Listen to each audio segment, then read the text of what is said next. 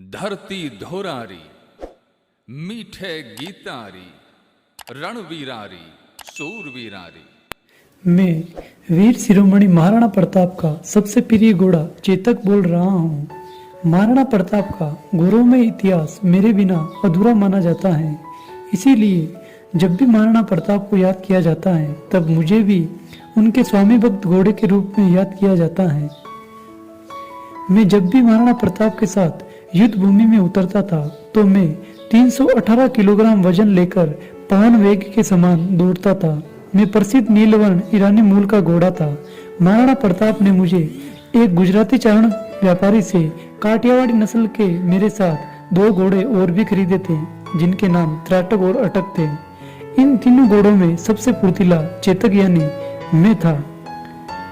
मेरे कीमत के बदले महाराणा प्रताप ने चारण व्यापारी को गढ़वाड़ा और भानोल नामक 2 गांव जागीर में दे दिए थे।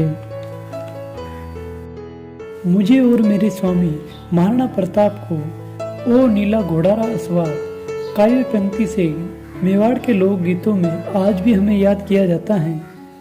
जब भी मैं युद्ध भूमि में उतरता था तो मेरे मुंह पर महाराणा प्रताप हाथी की लोहे की सूंड लगा दिया करते थे ताकि दुश्मन के हाथियों को मैं चकमा दे सकूं।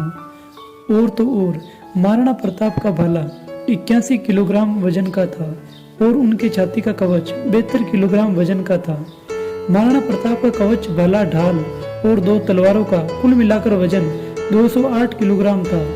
महाराणा प्रताप का वजन 110 किलोग्राम था तथा उनकी लंबाई 7 फीट और 5 इंच की थी।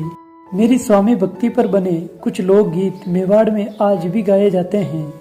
ओ नीले घोड़ेरा असवार म्हारा मेवाड़ी सिरदार राणा सुनता ही जाजो जी। मेवाड़ी राणा सुनता ही जाजो जी। मैं इतिहास का सबसे महत्वपूर्ण युद्ध महाराणा प्रताप और अकबर के बीच हुए हल्दी घाटी का साक्षी हूँ। वो युद्ध मैंने भी लड़ा। उस युद्ध में महाराणा प्रताप ने अपने घोड़े के रूप में मेरा चयन किया था। अकबर के सेनापति मान सिंह इस युद्ध में हाथी पर सवार था। मेरे मुंह पर हाथी की सूंड लगाई हुई थी जिसके कारण मान सिंह का हाथी मेरे ऊपर प्रहार नहीं कर सका।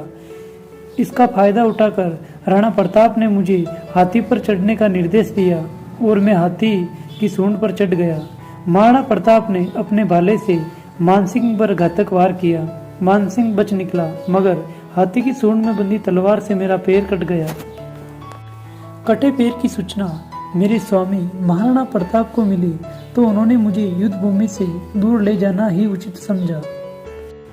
महाराणा प्रताप मुझे पहाड़ी की ओर ले गए। हमारे पीछे 2 मुगल सैनिक पड़ चुके थे। रास्ते में 26 फीट का चौड़ा बरसाती नाला बह रहा था जिसे मैं एक छलांग में ही लांग गया।